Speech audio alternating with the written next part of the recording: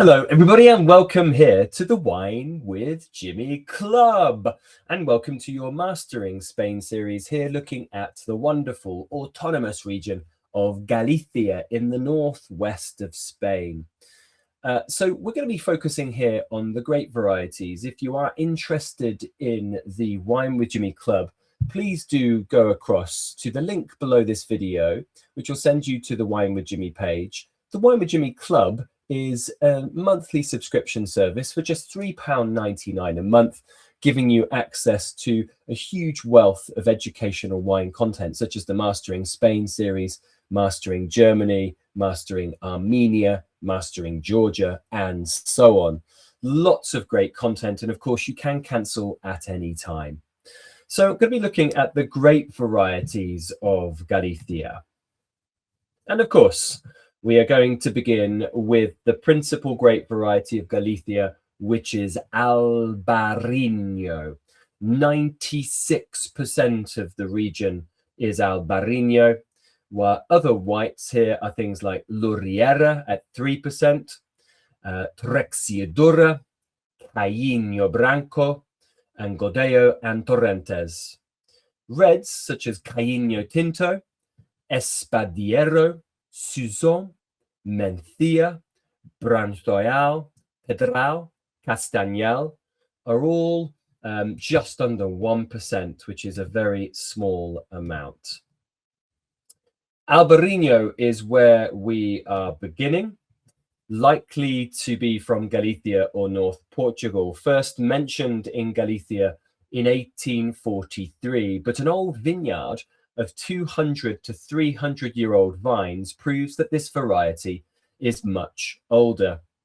So originally thought to be brought to Galicia by the Suebi, a Germanic Gothic people, or potentially by Cluny monks. And it was either thought to be the birthplace of Riesling or that Albariño was Riesling, but this has been disproven. There is large ampelographical diversity in Galicia and Portugal.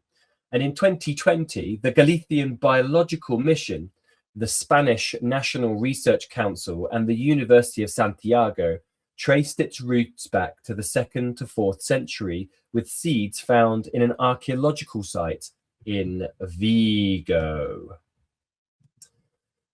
Some different etymology here for you. So Alvarinho in Portugal name, Albariño, it is one and the same, of course. Albariño, and let's go to some of its relations, is a parent of Caíño Blanco, and therefore easy to understand why these two were confused in the past. Alvarinho is not identical to Albarín Blanco, which is also known as Blanco Legítimo, and it's not a colour mutation of Alfroquierro, traditionally called Albarín Negro in the Asturias in Spain. In Spain, both Albariño and Albarán Blanco have long been mistaken also for Sauvignon Blanc, due to a labelling or identification error in the collection of the Mission Biológica de Galicia, but this has been rejected by DNA analysis recently.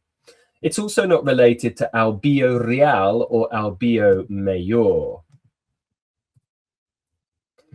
So, Albariño is moderately vigorous, fairly robust, fairly fertile, mid-budding, early to mid-ripening. It has small bunches of medium-sized, relatively thick-skinned berries. Susceptible to downy and powdery mildews and especially to mites. It's best suited to the dry soils such as granite, schist, and slate. It's used in a few blends, like in Eau Rosal and some Condada de Teja, but most of the time it is varietally found.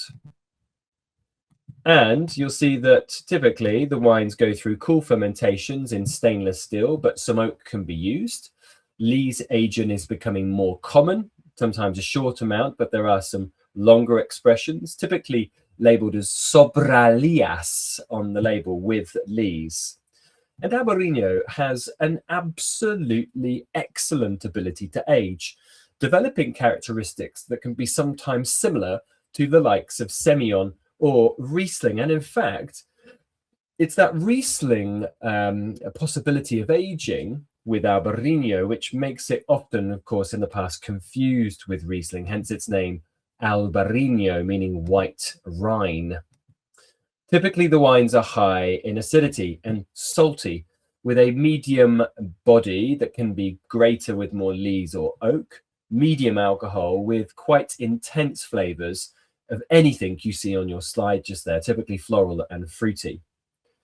Now, you might find other grapes like Loureira, Treixadura, and Caíño Blanco being blended into it. Another grape to look at is Treixadura. So Treixadura is a grape variety which is found in some wines around Ribeiro, for example. It's the most planted grape variety in that DO, either made as a single variety or the lead component in a white blend. The origin is potentially here in Ribeiro or across in Vinho Verde. There are 850 hectares in Spain, but it is increasing. Thin-skinned, prone to rot, downy mildew, botrytis bunch rot, but it is drought resistant. Varietal Treixadura gets quite nutty. They're quite rich and broad expressions. What to expect then of Treixadura?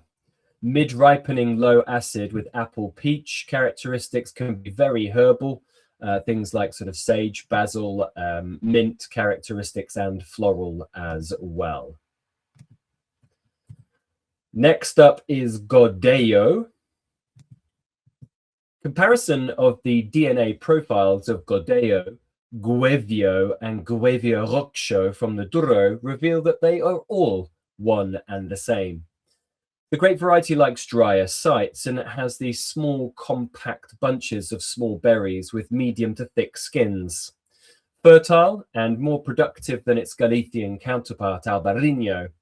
And in the 1970s, Godello was on the verge of extinction, down to just several hundred vines. But thanks in large part to Horacio Fernandez and Luis Hidalgo, with their Godello revival. And if you take revival, that's the so that's restructuring of the vineyards, of Valdeorras, revival. And that project meant that Godello continued to gain in popularity and reputation in Galicia. Now, we have something like 1,500 hectares today. That's over 3,000 acres. And we are mostly in areas like the Valdeorras, but also Ribeira Sacra. Now, the style here is that Godello is often called Galicia's Burgundy. It's gained a reputation, certainly for making wines of a fine character, citrus and stone fruit, sometimes herbal and whetstone reductive compounds with good acidities. Also, Godello works well with oak. Other grape varieties to look out for as major ones in Galicia.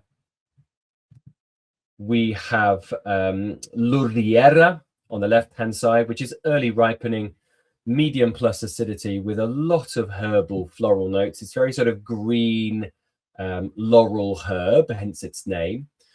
And then also Caíño Blanco or Caíño Branco, late ripening, high acid citric flavors, but really quite unctuous and viscous. The major red variety is Mencía. Now, this originates in the Dio Bierzo in Castilla and Leon, but has found a home in the Ribeira Sacra Dio. Recent DNA profiling has revealed that Géant de Dao, simply just called GN, cultivated in the Dow in central Portugal, is considered to be native to that region, is in fact identical to Mencía, and that Tinto, an old and almost extinct variety from the south of Spain, should not be confused with Mencía. It is different. So Jaén de Dão from North Portugal is Mencía, but Jaén Tinto from the south of Spain is not. It's probable that Mencía was brought to Dão by pilgrims on their way back from Santiago de Compostela. Mencía is an early to mid-ripening grape variety that can lose its characteristic high acidity and quickly accumulate sugar, resulting in wines of high alcohol if picked too late.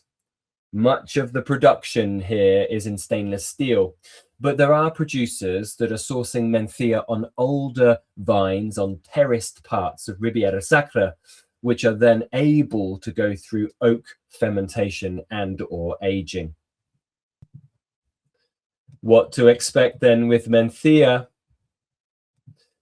It can produce wines of a range of styles, from light body and fruity floral wines, as you'll see there, red fruits, herbal and purple flowers, lavender, for example, to more concentrated expressions with fuller bodies, higher tannins, depending, of course, as I mentioned, on the location. They tend to find red fruit, cherry, raspberry, that can be concentrated like Kirsch and Chambord, with the more concentrated expressions, medium-bodied and tannins with a high acidity. The best are mid-priced, or most of them are mid-priced. The best are often more expensive than that, of course. Other minor black grape varieties, but well worth looking out for, are Sousón, which is the same name as Vinao in Vino Verde. That's an interesting variety. And then the Caíño Tinto, which is planted for red wines, but only 1% of the production, and rosé, typically kind of making fragrant, rustic reds. Another one to look out for is Brancelao. Also Espadeiro as well. But Brancelao probably comes from the Douro or Douro in Portugal, where it's known as Alvarinho.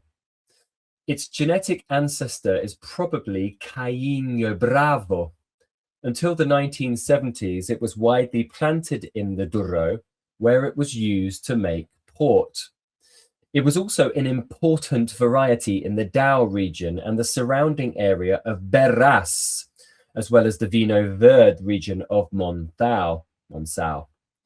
In Galicia, various documents tell us that it was cultivated in the pre-phylloxera era under the name of Albarello in Betanzos, Montefortes de Lemos, or Pobre de Trives, on Baco de Valdeorras and Pontereras. Brancelao usually grows bush-trained vines on trellises, long growth cycle, and it buds and ripens later. Its yields are fairly low, and it's a difficult variety to grow due to its sensitivity of mildew. Do look out for some great productions, though. Attis is a great producer of Brancelao, amongst many others as well. Algueira is another. Join me for another video on grape growing and winemaking next. If you do have any comments or questions, please do get in touch. But muchas gracias, and until next time, I've been Jimmy Smith.